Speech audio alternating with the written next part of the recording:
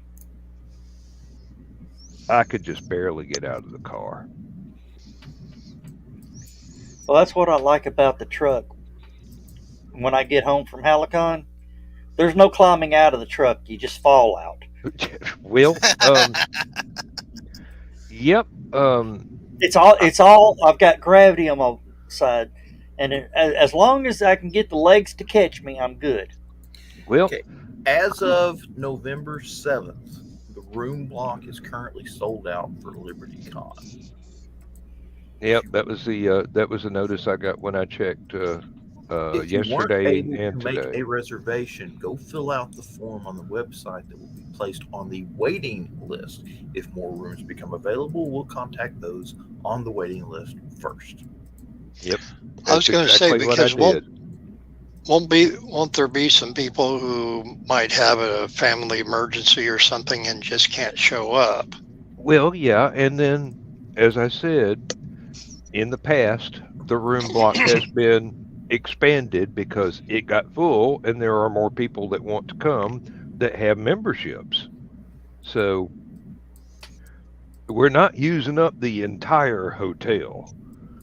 That would be a convention worth going to. I mean, 10 stories?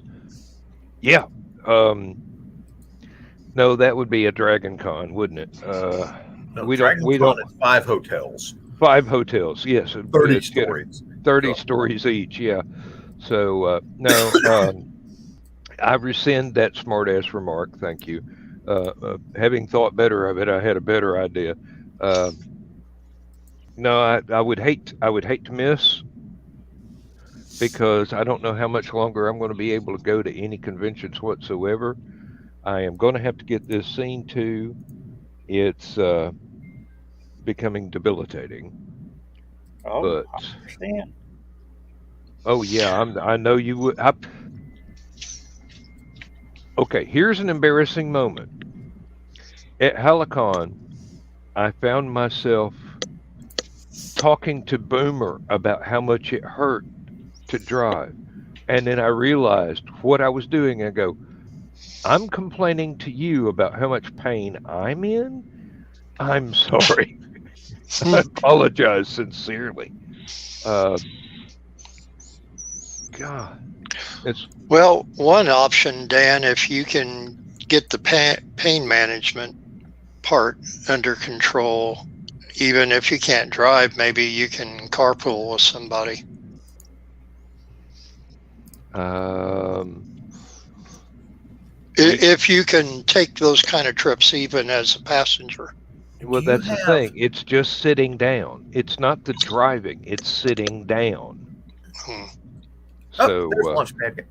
Hey, I sent you a link, Zach, in Discord right before the show started.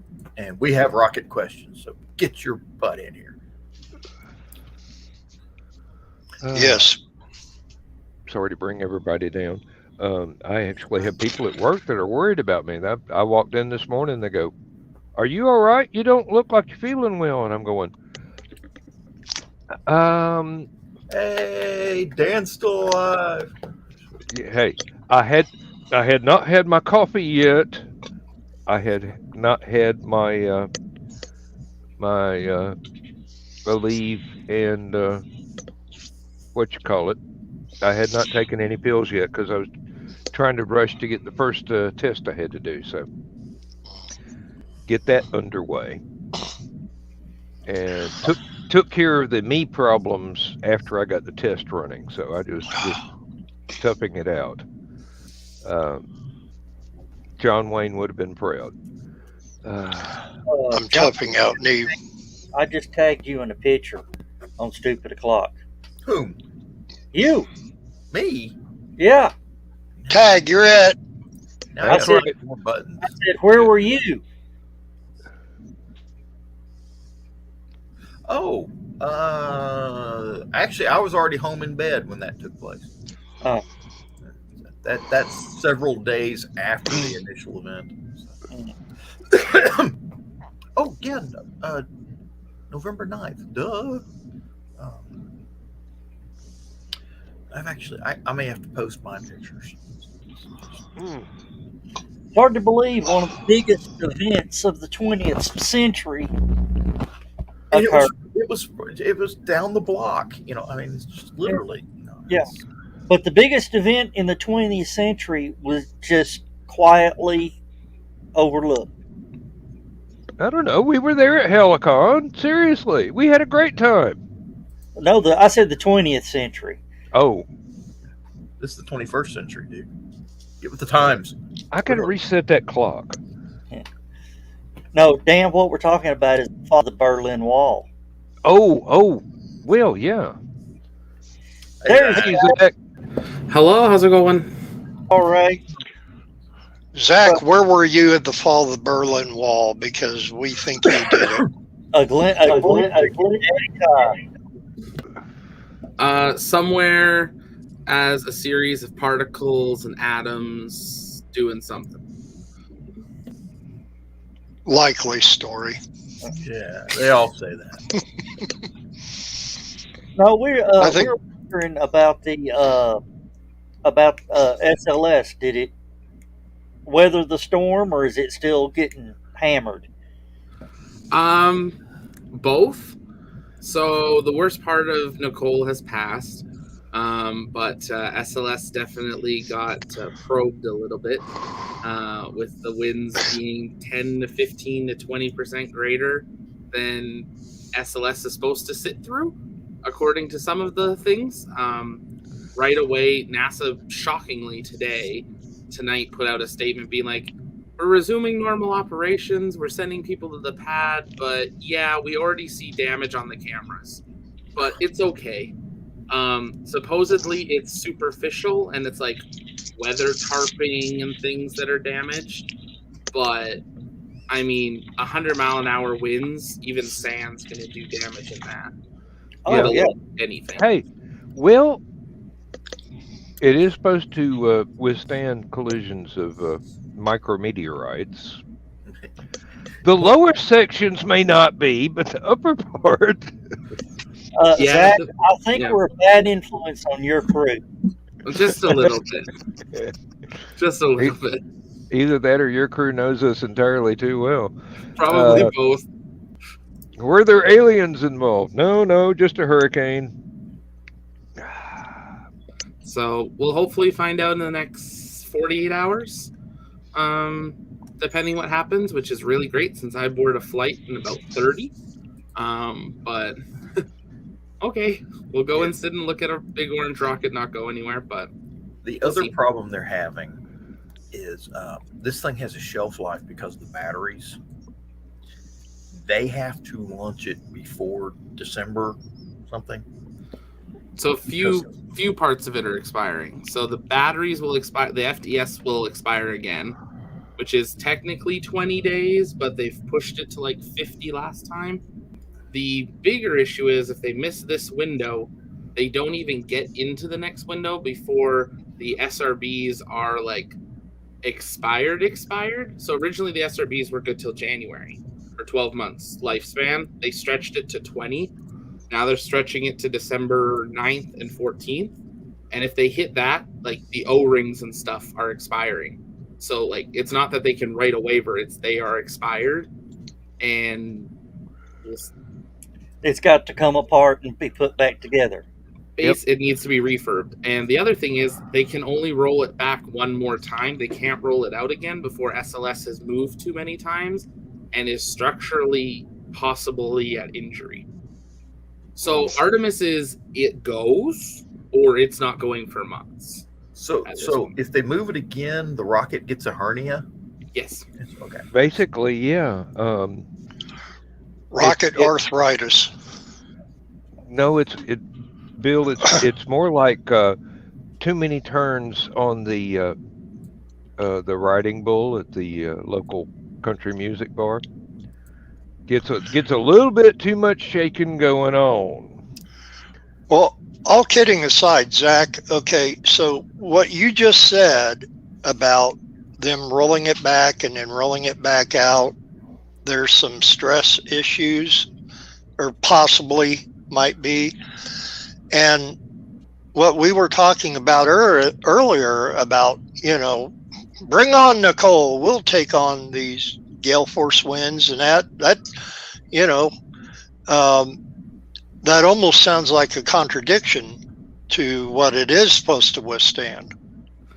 Yeah, I was wondering that too. I think a lot of people are questioning why, when it's parked at the pad, it can withstand 86 knot wind gusts. But when it's on the move, on the exact same mobile launcher and crawler with no other support, it can only handle 46 knots. Because that's what happened with this hurricane. Is it was a weak storm that hooked, that was supposed to be just a tropical storm, just skimmed Florida, and then it changed all its paths for a direct hit at her Cat 1, almost Cat 2 were some of the predictions. But by the time those predictions came out, the outer bands of it were already hitting Kennedy. So they could, even if they wanted to say roll back now in 24 hours, they couldn't. It was exceeding the wind conditions. Mhm. So they were basically stuck that they had to kind of save face and say, we're leaving it out. We think it's fine. Even in their announcement tonight, they're not recognizing that people are literally looking at NOAA's weather stations on the lightning towers of the pad that are publicly showing wind gusts up to 100 miles per hour, which is over 10 to 15% of what SLS's limits are. And they're not saying that they recognize that. They said everything stayed within parameters. So I have a brainstorm of an idea. Get ready. Hold on. Batten down the hatches. Instead of moving the damn rocket and risking stress on it, why don't they have the shelter on a rail to come over to cover the rocket instead? like they did with Shuttle and Apollo? Yeah. Shocking idea. Revolutionary. Mm. There's a big question why they haven't done that, and engineers have even complained on Mobile Launcher 1 that they're using now and Mobile Launcher 2 that's being built for the crew ones. They don't have the access, even like they did with Apollo at the pad. So there are man hatches to get in. They can't reach unless they roll it in the VAB and bring all the levels down. So it's bad because like it's not a poor design. Like it makes sense on why they've done some of it, but it's a poor design on they didn't give themselves all the flexibility that they could.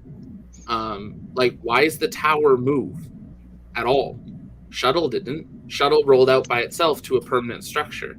So with SLS, when we start doing crews, they're going to have to roll it out, which it's on a clock once it starts rolling out for its FTS.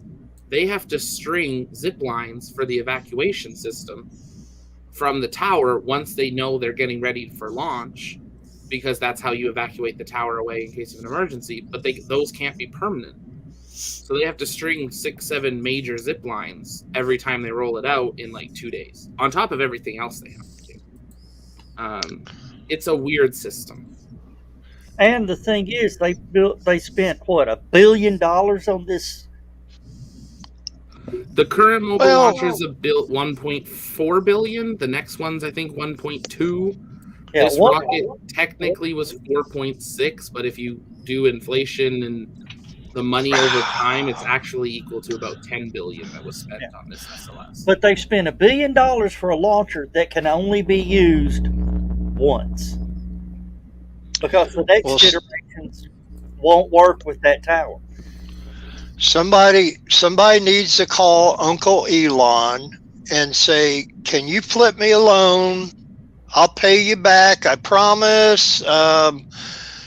Paycheck's in the mail. The mail's late, but I mean, don't call Zuckerberg, because he's laying off all kinds of Meta people, and that he jumped the gun, and boy did he. Yeah. Meta's laying off a bunch. Astra's laid off a bunch. Obviously, Twitter laid off a bunch with that acquisition, but it's come out recently again. SpaceX is very tight on their budget and is risking bankruptcy. Now, Twitter, a lot of the Twitter people are coming back. He said that he actually apologized. What was it, yesterday or whatever? And said he was going to start hiring people back because they were essential workers. So we'll see there, but like they want to come back and work for him. Oh, like him. I find it funny that you have to come back now. I find it funny that Yeah. everyone's complaining that Twitter's a worse place, yet it's seen the most traffic it's seen in its history. Yeah. It reminds me, I might need to recheck my account there one of these days and see if anybody said anything to me.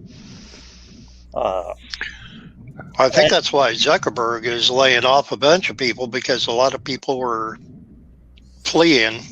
And I don't mean people who just use it, but I mean like sponsors and that. Meta was a big idea. It had some interesting points to it. It was too big for what Facebook was. They weren't ready for it. Yeah. Well, and I don't think he had everything really thought out with it all. I mean, maybe someday. It's too big of a change so quickly to try to force kind of the global social media market into that VR world. People don't have, even just physically, people don't have headsets yet. So great, you're immediately putting a barrier to entry to your new product by putting something that 99% of people don't have, and most won't pay for. Most aren't going to spend $600 for a headset to do social media. All right. Nope, never crossed my mind. I'm sorry. Logitech, $39.95 at Best Buy. Yep. I don't think I would Just spend saying. it. Not for Facebook. I mean, there's some games and stuff that are interesting, but I wouldn't be buying it to go to a Zoom meeting or do a call like this just so I see your guys' faces with green screens removed behind. Like, that's not worth $600 yet. Here's my VR thing: $100 at America's Best Eyeglasses. Well, and that was the other big question: is how do those headsets work with everyone with glasses? Because some of them you can't wear glasses under them. So how does that work? Because it's supposed to have like eye tracking. Well, like I've got prisms in my glasses, so if you look through mine, it's looking differently. So how's that going to work? It isn't.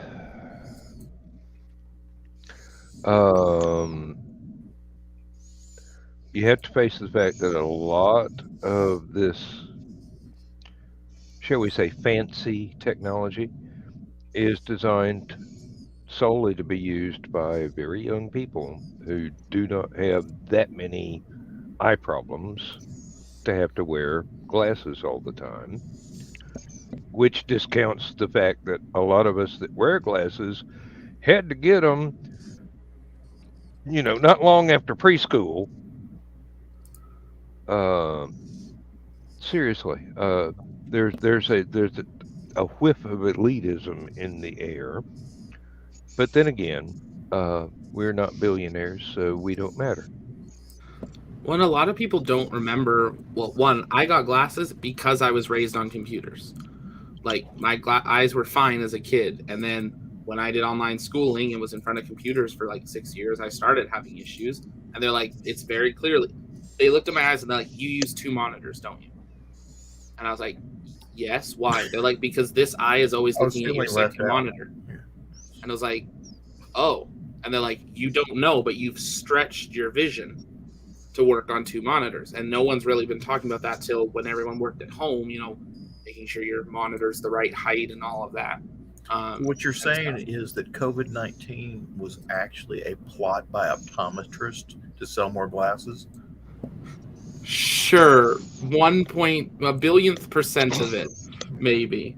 But a lot of people also don't realize that the first iPhone, Apple had the first prototype of the iPhone 10 years before they released it. They didn't release it because they didn't think the industry, let alone the planet, was ready to have a touch interface cell phone. So they held it until they thought they were ready, and then when they came out, well, look, here we are 15 years later, and who doesn't have 2? Don't have any. Android, maybe, but I wanted to ask that because he might know something from his sources. They found a chunk of the Space Shuttle Challenger out in the Bermuda Triangle somewhere. And have you heard anything about them wanting to recover it or anything like that? So from the tiny bit that's come out from it today, NASA hasn't even been on site. It was discovered in January or February by divers of a documentary looking for a World War II plane.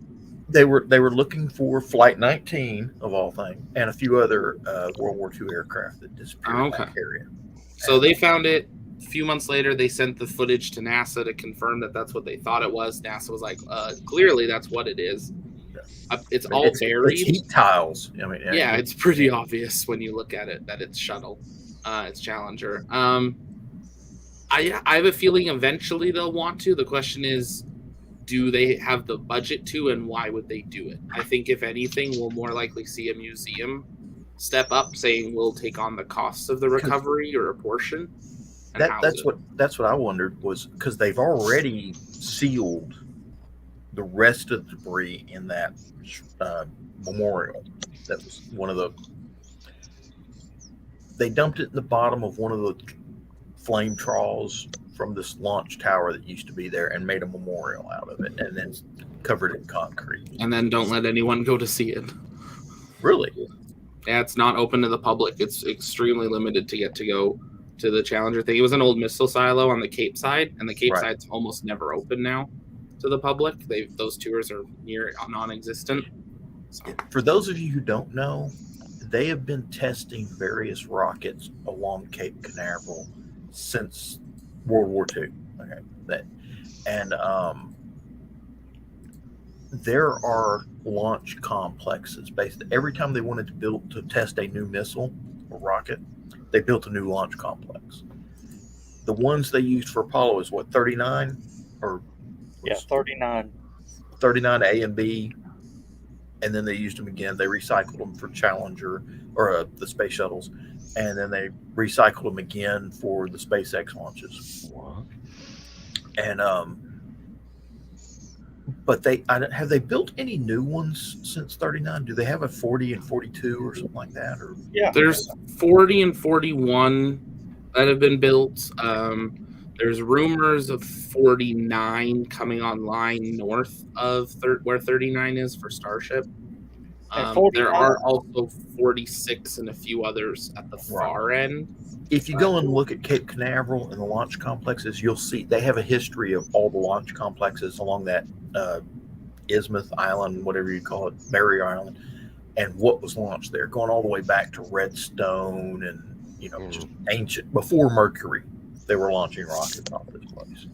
And a lot of them, they've swapped sites. So like Site 2 might now be Site 70, or not 70, but Site 2 might also be Site 8, also 36. Right. They built, side by side, so they're new things, but the old stuff is still there too. So. Well, here's something I've learned about. The new, the proposed launch site 49. It was originally planned to be 39C. Had they continued Apollo, that's what it would have been. And there was plans for Shuttle even to have 39C if Shuttle ever picked up, because they had the Shuttle D option, which was the one without the wings to do just cargo up to low Earth orbit. Never came to fruition and even getting built, but they wanted to have multiple pads for those type of missions. But now it looks like that might come on. There's talks of another runway to have a secondary horizontal launch facility and landing strip, but we'll see. I can't wait for Dream Chaser to come on. Yeah, okay. I found it on Wikipedia. It is a list of Cape Canaveral and Merritt Island launch sites. All right, my turn to run down the hall again. Yep. You old guys. Hey, you can't talk about them unless you are one. And I are one. You and Dan ought to have a race. I'd win. Mine's right there. Really, anybody would win. It takes me a while right now. And no offense, I've got an old coffee can right over here, so I don't really have to go. So, but if you hear a coffee can go, that's okay. That ain't coffee. And seriously, Bill, John pointed out you can see my walker and my walking cane up in front of the green screen. So when this stuff hurts too much and I have to stand up for a long period of time trying to keep playing with the computer, but whatever, I will actually unfold the walker and stand there and lean on it, standing up, sway from side to side as if I had some serious issues with my balance, which is not the case. But trying to get one leg to at least wake up and the other one to go, oh, really? I didn't hear the alarm. But,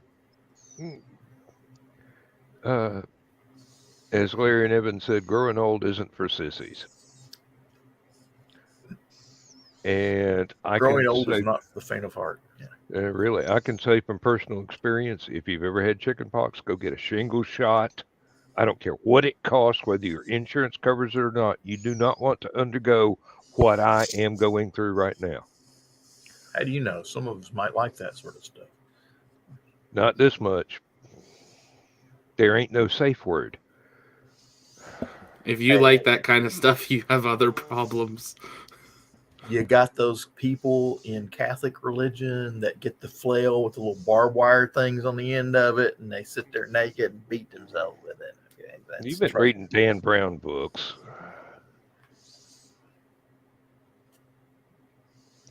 You ought to be reading Dan Holofield books. There's none of that going on. Why not? Could have sold more books. Not necessarily.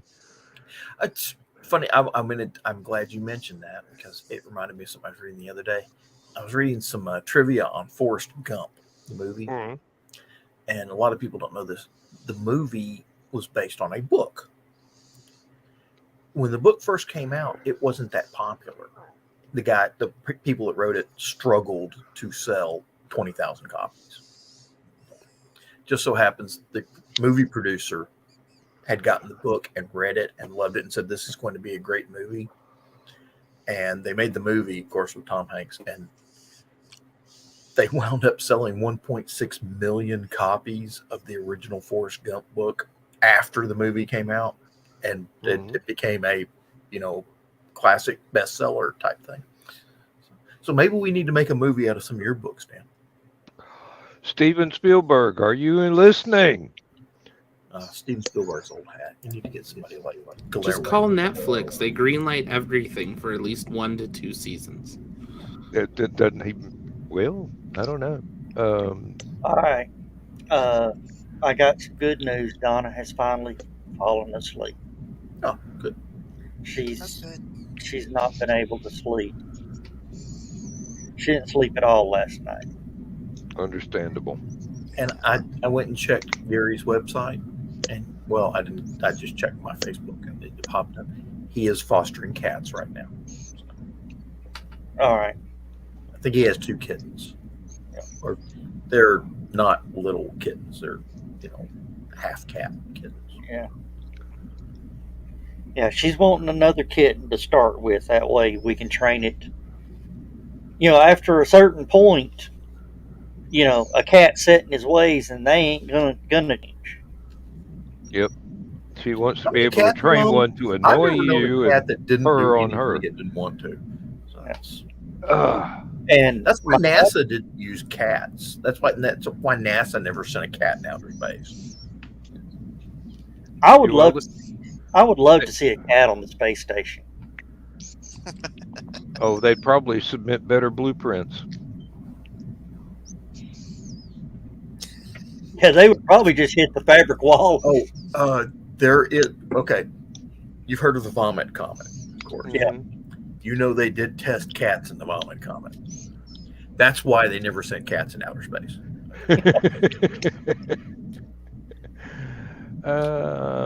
And because spacesuits may be tough, but they're not cat-proof. Yeah, that cat's gonna tear up that spacesuit by the time it's like halfway, or more like a little before halfway to the space station. More than halfway to the rocket. No, and not the cat spacesuit, but anybody's around the cat is what I'm saying. I see it now. The guy picks up his spacesuit and the leg is just shredded.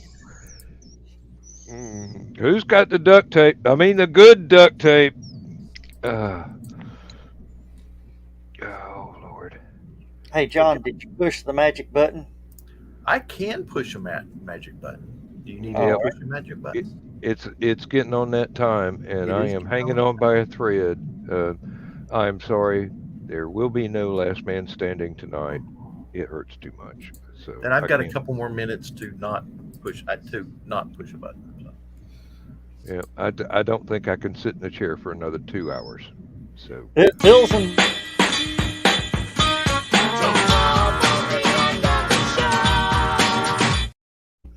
I hit it anyway. hey, that kicked the other Bill out of the room, and I think Well- he's froze up again. no, that may be the original Frozen Bill. It kicked the it kicked the thawed Bill out, and we can't do anything about that. He has to realize it's not showing up anymore. We're just gonna have to wait for him to thaw out.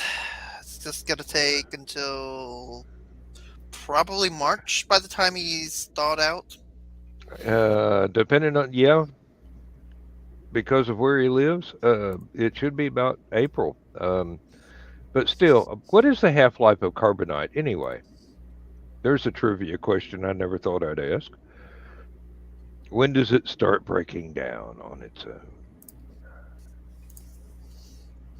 Who knows? Oh, somewhere out there is a nerd that's going, oh, wait, I know that's in this one right here.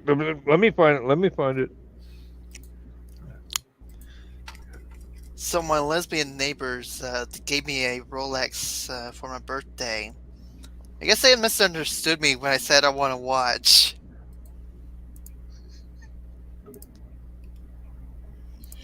All right. That seems like a good place to hit the button.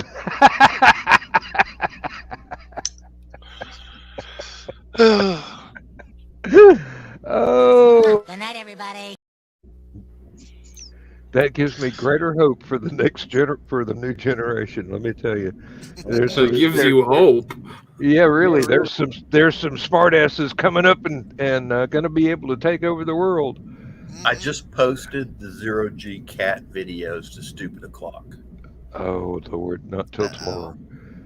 I'm sure Stephanie won't like me come tomorrow morning.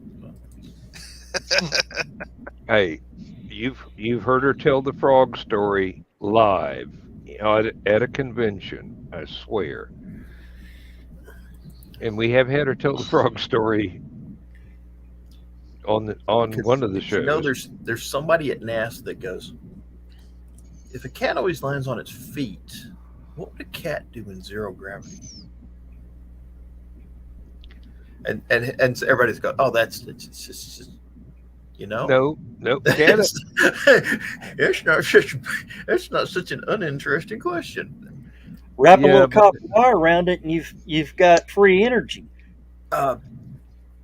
Hey, Somebody had to go strap a slice of buttered bread on its back. You got perpetual motion machine right there. Somebody had to go to Congress with a budget request to put cats on a plane just to see how they do without gravity affecting them.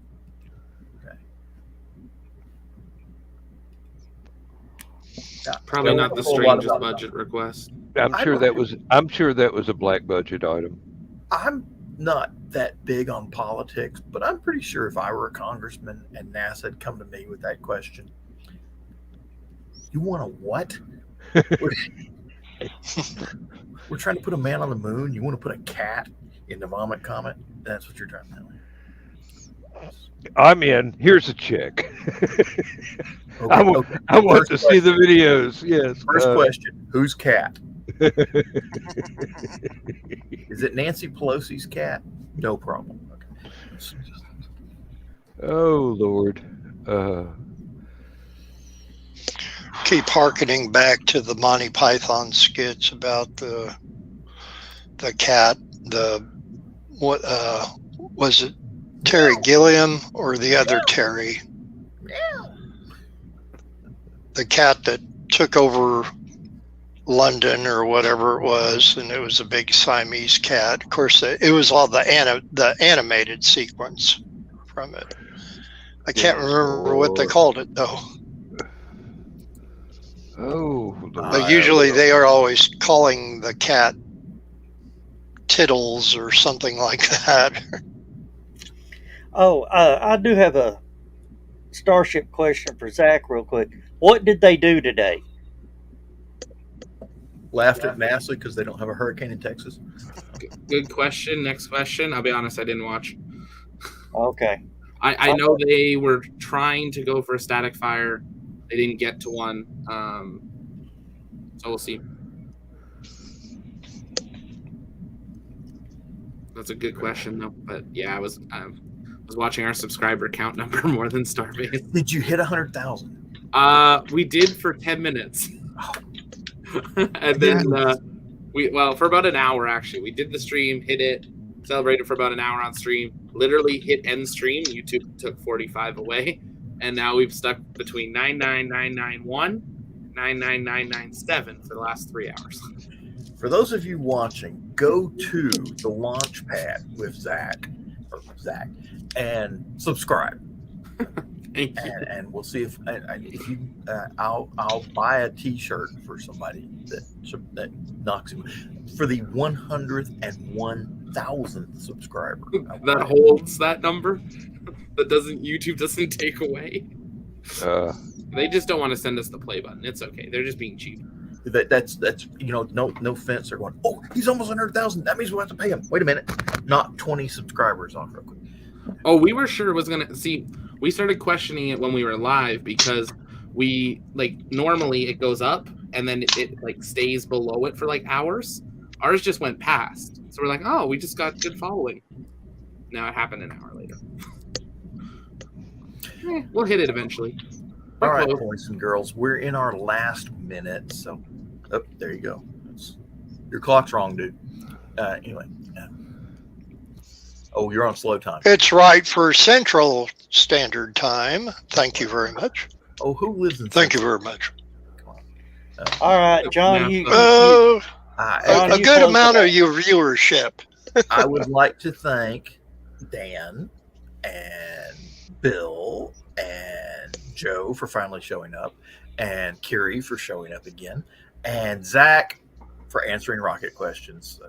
And I would like to basically thank you, everyone at home, for tuning in to Stupid O'Clock, the stupidest show on the internet.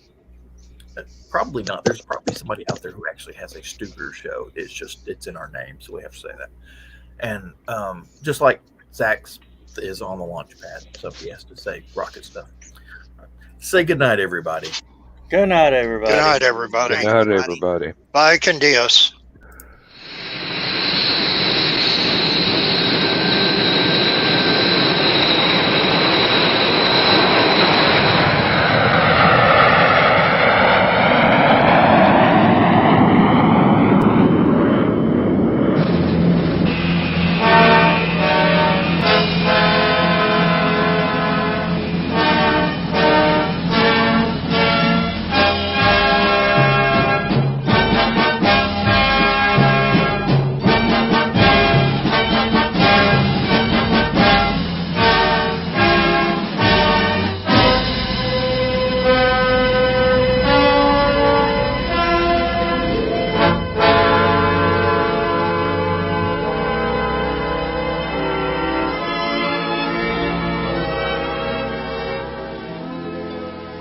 Slipped the surly bonds of earth, and danced the skies on laughter's silvered wings. Sunward I've climbed, and joined the tumbling mirth of sun-split clouds,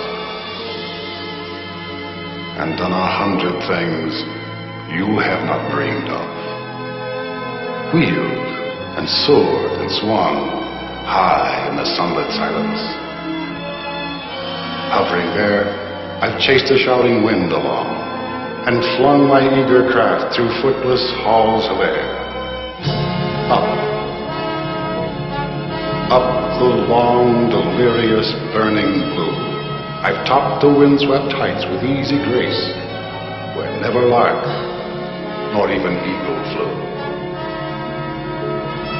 And while with silent, lifting mind, I've trod the high, untrespassed sanctity of space, put out my hand and touched the face of God.